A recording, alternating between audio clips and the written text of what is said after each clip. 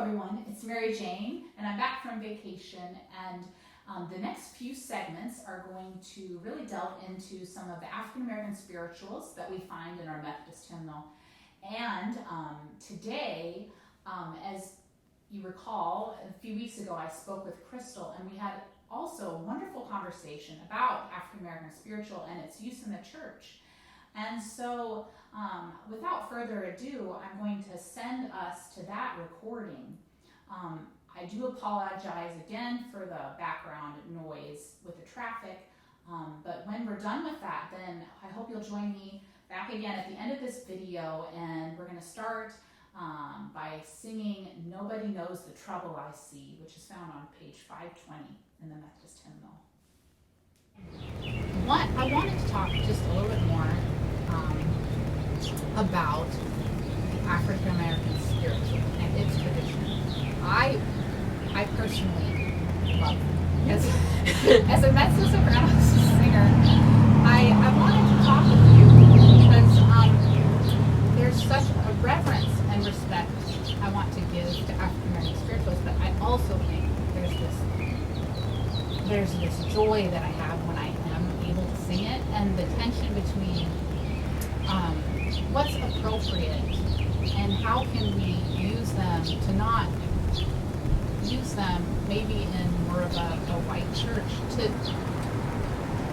respect the tradition and the trials and tribulations that they came from. Totally. I think part of it is that, so African American spirituals, I think, are fascinating because, African slaves were taken from their home and brought to America, and often what happens when indigenous peoples are either displaced or conquered in some way, they have to assimilate, right?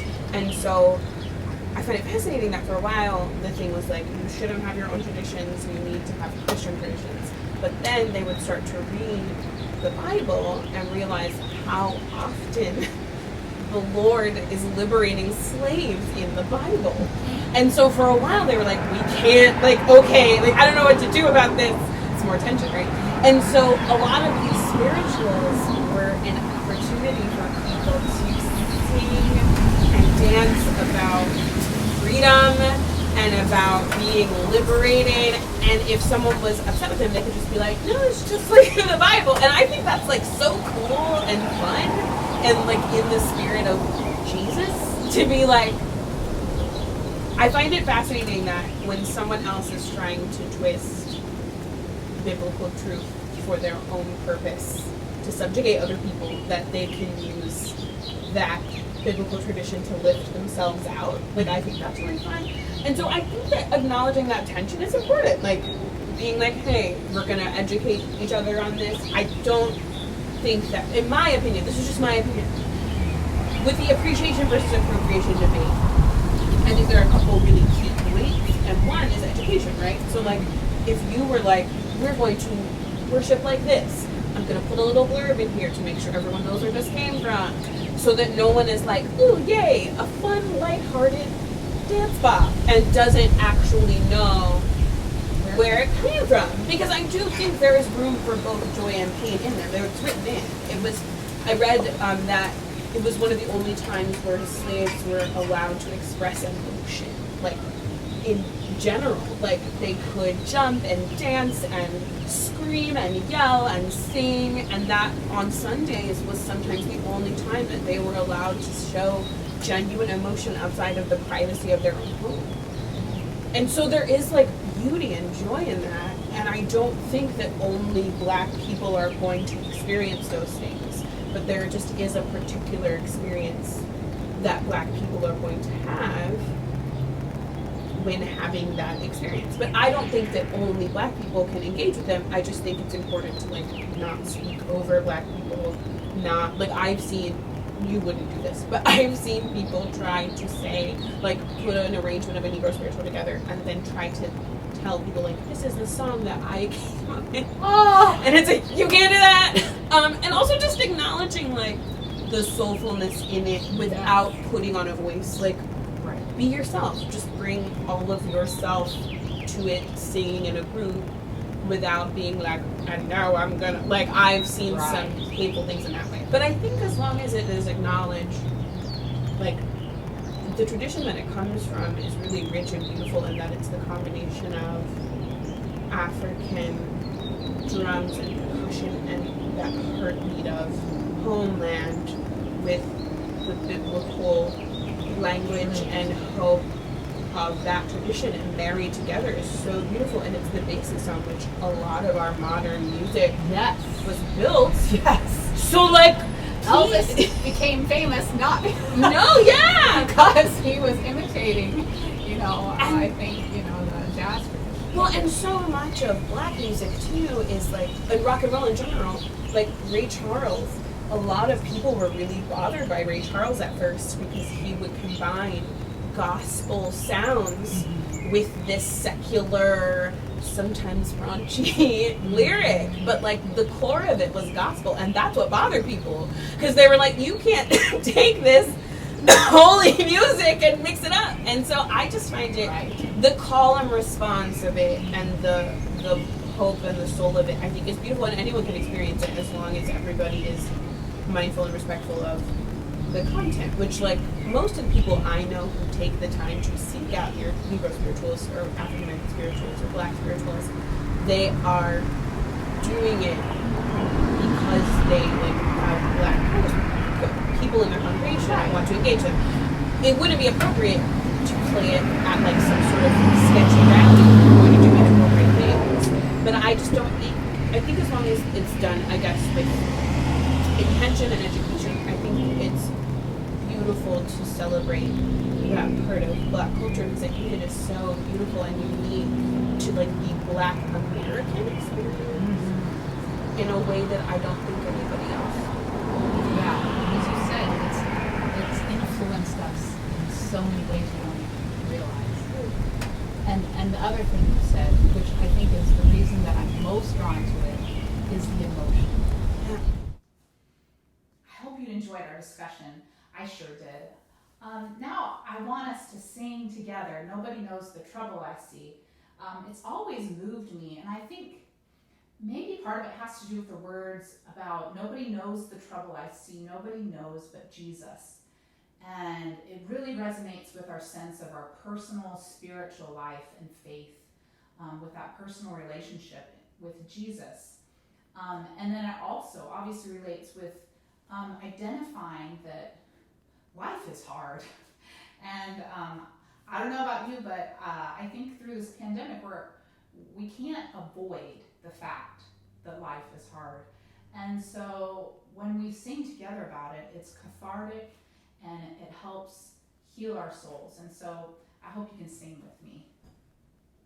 I'll play through it the whole way and then we'll sing it.